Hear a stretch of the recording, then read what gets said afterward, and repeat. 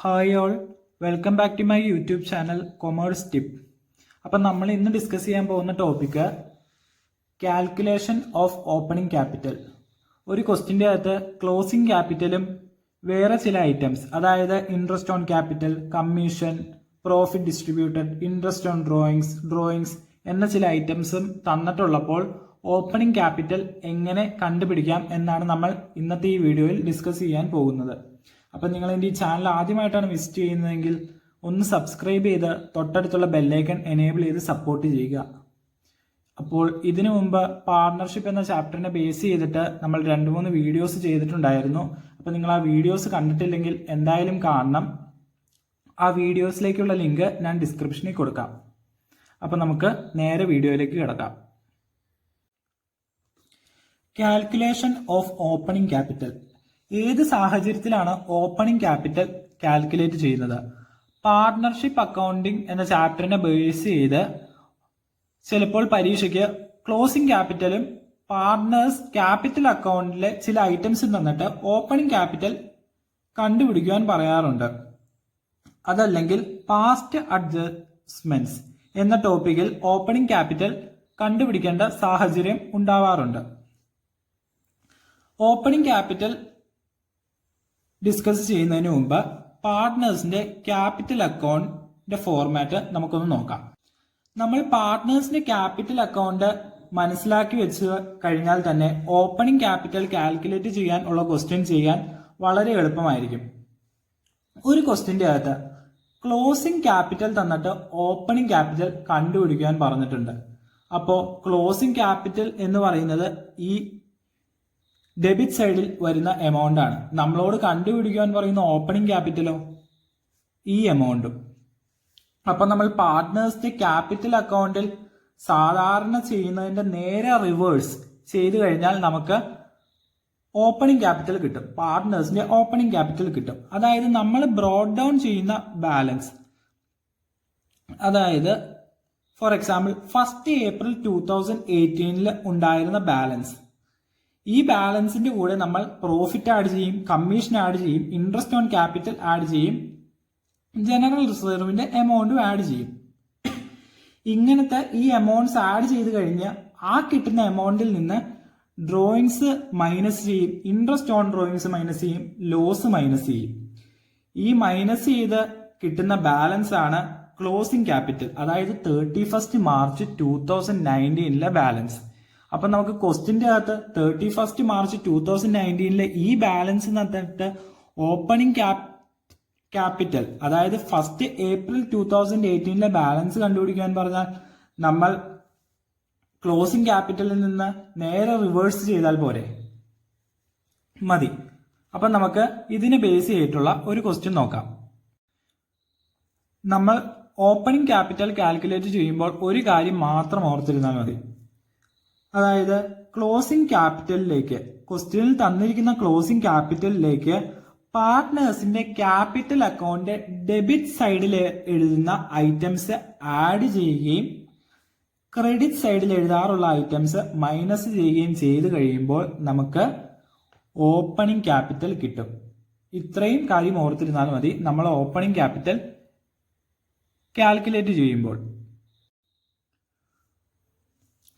അപ്പോൾ പാർട്ട്നേഴ്സിന്റെ opening capital കണ്ടുപിടിക്കാനുള്ള ഒരു ബോക്സ് ആണിത്. നമുക്ക് എയും ബിയും ആണ് പാർട്ട്നേഴ്സ് എന്ന് തൽക്കാലം അസ്യൂം ചെയ്യാം.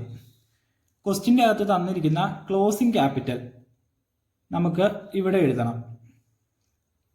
അത് കഴിഞ്ഞിട്ട് പാർട്ട്നേഴ്സിന്റെ ക്യാപിറ്റൽ അക്കൗണ്ടിന്റെ ഡെബിറ്റ് സൈഡിൽ എഴുതിയ ഐറ്റംസ് നമ്മൾ ആഡ് ചെയ്യുകയും ക്രെഡിറ്റ് സൈഡിൽ എഴുതേണ്ട ഐറ്റംസ് നമ്മൾ മൈനസ് ചെയ്യുകയും ചെയ്തു കഴിഞ്ഞാൽ നമുക്ക് ഓപ്പണിംഗ് ക്യാപിറ്റൽ കിട്ടും.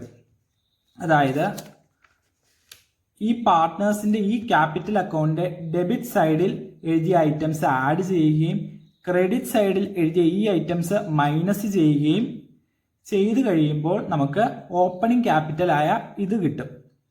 പാർട്ട്നേഴ്സിന്റെ ക്യാപിറ്റൽ അക്കൗണ്ടിൽ എഴുതിയതിന്റെ നേരെ റിവേഴ്സ് ആണ് നമ്മൾ ചെയ്യുന്നത്. അപ്പോൾ ഡെബിറ്റ് സൈഡിൽ വരുന്ന സാധനം items. Drawings already debited, interest on drawings and loss. ഇത് പാർട്ട്നേഴ്സിന്റെ ക്യാപിറ്റൽ അക്കൗണ്ട് ഡെബിറ്റ് സൈഡിൽ വന്ന ഐറ്റംസ് ആണ്. ഈ ഐറ്റംസ് നമ്മൾ ക്ലോസിംഗ് ക്യാപിറ്റലിന്റെ കൂടെ ഫസ്റ്റ് തന്നെ ആഡ് ചെയ്യണം. ആ കിട്ടുന്ന എമൗണ്ടിൽ നിന്ന് പാർട്ട്നേഴ്സിന്റെ ക്യാപിറ്റൽ അക്കൗണ്ട് ക്രെഡിറ്റ് സൈഡിൽ എഴുതാറുള്ള ഐറ്റംസ്, അതായത് profit, interest on capital, salary, ഇതുപോലത്തെ ക്രെഡിറ്റ് സൈഡിൽ പാർട്ട്നേഴ്സിന് കൊടുക്കാറുള്ള ഐറ്റംസ് മൈനസ് ചെയ്ത് കഴിയുമ്പോൾ നമുക്ക് പാർട്ട്നേഴ്സിന്റെ ഓപ്പണിംഗ് ക്യാപിറ്റലായ എമൗണ്ട്സ് കിട്ടും. അപ്പൊ ഇതാണ് പാർട്ട്നേഴ്സിന്റെ ഓപ്പണിംഗ് ക്യാപിറ്റൽ കണ്ടുപിടിക്കാൻ ഉള്ള ഒരു ബോക്സ്. അപ്പൊ നമുക്ക് അതിനെ ബേസ് ചെയ്തിട്ടുള്ള ഒരു ക്വസ്റ്റ്യൻ ചെയ്ത് നോക്കാം. അപ്പൊ നമുക്ക് ഈ ക്വസ്റ്റ്യൻ നോക്കാം. A and B are partners in a firm sharing profit and losses in the ratio of 3:2. Following was the balance sheet of the firm as at 31st March 2018. അപ്പം നമുക്ക് ക്യാപിറ്റൽസ് എത്രയാണെന്ന് നോക്കാം. അതായത് ക്ലോസിംഗ് ക്യാപിറ്റൽ 31 മാർച്ച് 2018 ക്യാപിറ്റൽസ് ആണ് നമുക്ക് liability സൈഡിൽ തന്നിട്ടുള്ളത്. A 60,000-ഉം B 20,000. A withdrew 10,000 and B rupees 20,000. അതായത് എയുടെ ഡ്രോയിങ്സ് 10,000-ഉം ബിയുടെ ഡ്രോയിങ്സ് 20,000-ഉമാണ്.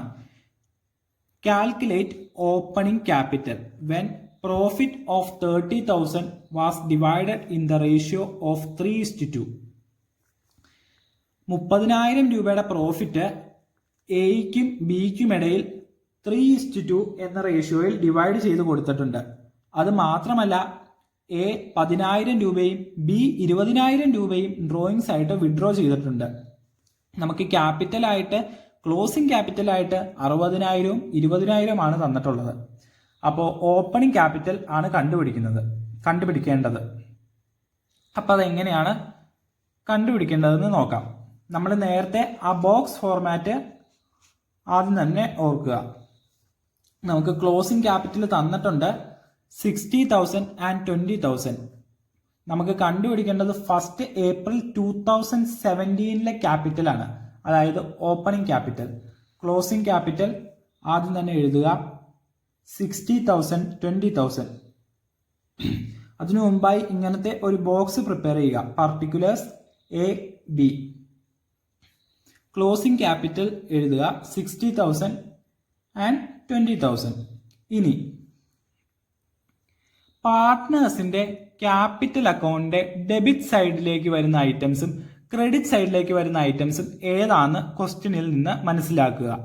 എന്നിട്ട് പാർട്ട്നേഴ്സിന്റെ ക്യാപിറ്റലിന്റെ ഡെബിറ്റ് സൈഡിൽ നമ്മൾ എഴുതാറുള്ള ഐറ്റംസ് ആഡ് ചെയ്യുകയും ക്രെഡിറ്റ് സൈഡിൽ എഴുതാറുള്ള ഐറ്റംസ് ലെസ് ചെയ്യുകയും ചെയ്തു കഴിയുമ്പോൾ നമുക്ക് എയുടെയും ബിയുടെയും ഓപ്പണിംഗ് ക്യാപിറ്റൽ എത്രയാണ് എന്ന് കിട്ടും.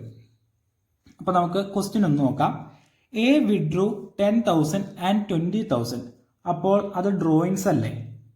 പാർട്ട്നേഴ്സിന്റെ ഡ്രോയിങ്സ് ആണ് 10,000-ഉം 20,000-ഉം. അപ്പൊ നമ്മൾ പാർട്ട്നേഴ്സിന്റെ ക്യാപിറ്റൽ അക്കൗണ്ടിൽ ഡ്രോയിങ്സ് ഏത് സൈഡിലാണ് എഴുതാറുള്ളത്? ഡെബിറ്റ് സൈഡിൽ. അപ്പൊ ഡെബിറ്റ് സൈഡിൽ എഴുതുന്ന ഐറ്റംസ് നമ്മൾ ആഡ് ചെയ്യുകയല്ലേ ചെയ്യുന്നത്. അപ്പോൾ 10,000-ഉം 20,000-ഉം ആഡ് ചെയ്യണം. അതുപോലെ തന്നെ profit 30,000 divided in the ratio of 3:2. 3:2 എന്ന് പറയുമ്പോൾ എയ്ക്ക് 18,000-ഉം ബിക്ക് 12,000-ഉം.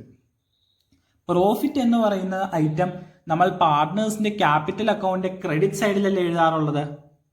അപ്പൊ നമ്മൾ ഓപ്പണിംഗ് ക്യാപിറ്റൽ കണ്ടുപിടിക്കണമെങ്കിൽ നമ്മൾ പ്രോഫിറ്റ് ക്ലോസിംഗ് ക്യാപിറ്റലിൽ നിന്ന് ലെസ് ചെയ്യുക. അപ്പോൾ പാർട്ട്നേഴ്സിന്റെ ക്യാപിറ്റൽ അക്കൗണ്ട് ഡെബിറ്റ് സൈഡിൽ എഴുതിയ ഡ്രോയിങ്സ് എന്ന ഐറ്റം ആഡ് ചെയ്യുകയും പാർട്ട്നേഴ്സിന്റെ ക്യാപിറ്റൽ അക്കൗണ്ട് ക്രെഡിറ്റ് സൈഡിൽ എഴുതിയ പ്രോഫിറ്റ് എന്ന ഐറ്റം ലെസ് ചെയ്യുകയുമാണ് ഈ ക്വസ്റ്റിൻ്റെ അകത്ത് ചെയ്യുന്നത്. അപ്പൊ നമുക്ക് ഓപ്പണിംഗ് ക്യാപിറ്റൽ കിട്ടും. Profit already credited 3:2. 30,000 റുപ്പീസ് 3:2 റേഷ്യോയിൽ എയ്ക്കും ബിക്കും ഓൾറെഡി ക്രെഡിറ്റ് ചെയ്തിട്ടുണ്ട്. അതായത് എയ്ക്ക് 18,000-ഉം ബിക്ക് 12,000-ഉം. ഈ എമൗണ്ട് നമ്മൾ ക്ലോസിംഗ് ക്യാപിറ്റലിൽ നിന്ന് കുറയ്ക്കണം.